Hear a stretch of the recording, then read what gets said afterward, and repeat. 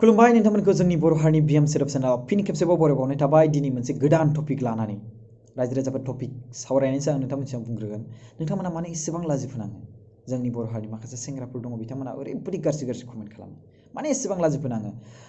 जोंनि BM setup चेनेलाव माखासे programme लादोंमोन, बे निउस फरायनाय। बै प्रग्राम लानायावहाय माखासे खौरां फरायगिरिफ्रा दायला जाबाय। नोंथांमोना मानो एसेबां लाजिफोनाङो?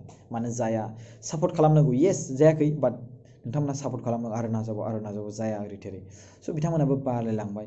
स' खौराङा नोंथांमोननिया मोजां मोनगोना मोनाखैमोन आं बेखौ मिथिला, बाट नोंथांमोना बिथांमोनखौ सापर्ट खालामोमोनब्ला एसे मोजां जागौमोन आरोना। बाट बिथांमोना दायो फरायलासो होनना बुंबाय। दा उनावहाय मा जालांगोन बेखौ उननि बाथ्रासै। आरो लोगोसे आं नोंथांमोननि सिगाङावहाय निमाहा बिनाय थायो जे आनाया ब्रह्म बिथांजों जों मोगा मोगि लागोन आरो बेखौ भिडिअखौ थाबैनो आपल'ड खालामगोन होनना बुंदोंमोन, बाट बिथाङाबो बिजि, गेजेर समावहाय जोंबो बिजि। स' जायनि जाहोनाव जों मोगा मोगिखौ लाथ'नो हायाखैमोन, बाट थाबैनो जों बिनि सायावहाय लागोन आरो नोंथांमोननि सिगाङाव जोङो आपल'ड खालामनानै होगोन।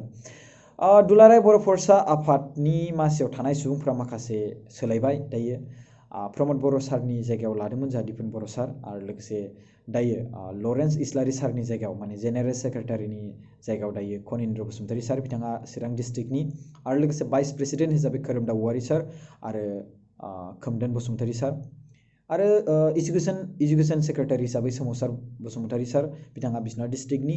डेपुटि स्पिकार हिसाबै बिबारि बर', बिथाङा उदालगुरि डिस्ट्रिक्टनि। बिथांमोननि माखासे नोंथांमोननि सिगाङाव लिस्टखौ देखायना होगोन आरो कन्टेक्ट नाम्बारखौ नोंथांमोना जुदि फिउचाराव इयुनाव जुदि गोनांथि जायोब्ला रायज्लायनायनि बे नाम्बारनिफ्राय लानानै नोंथांमोना रायज्लायहरनो हागोन। बे गोबां गोनांथि आं सानगोन नोंथांमोननि थाखायबो बा जोंनि थाखायबो।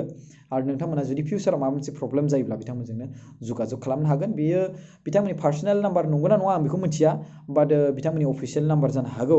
आरो आं बेखौ सानबाय कि नोंथांमोननो फोसावना होदिनि, नोंथांमोननि गोनांथि जाथारगोन। स' बेनिखायनो नोंथांमोना बे भिडिअखौ मोजां मोनदोंब्ला अननानै वाट्सएप स्टेटासाव शेयार खालामना हो, जाहाथे नोंथांमोननि बायदिनो गुबुनाबो बे नाम्बारखौ मोन्थों आरो जाहाथे फिउचाराव प्रब्लेमफोरखौ जोङो सल्भ खालामनो थाखाय बिथांमोननो दैथायहरनो हायो बा माबा मोनसे प्रब्लेमफोर खोन्थाहरनो हायो।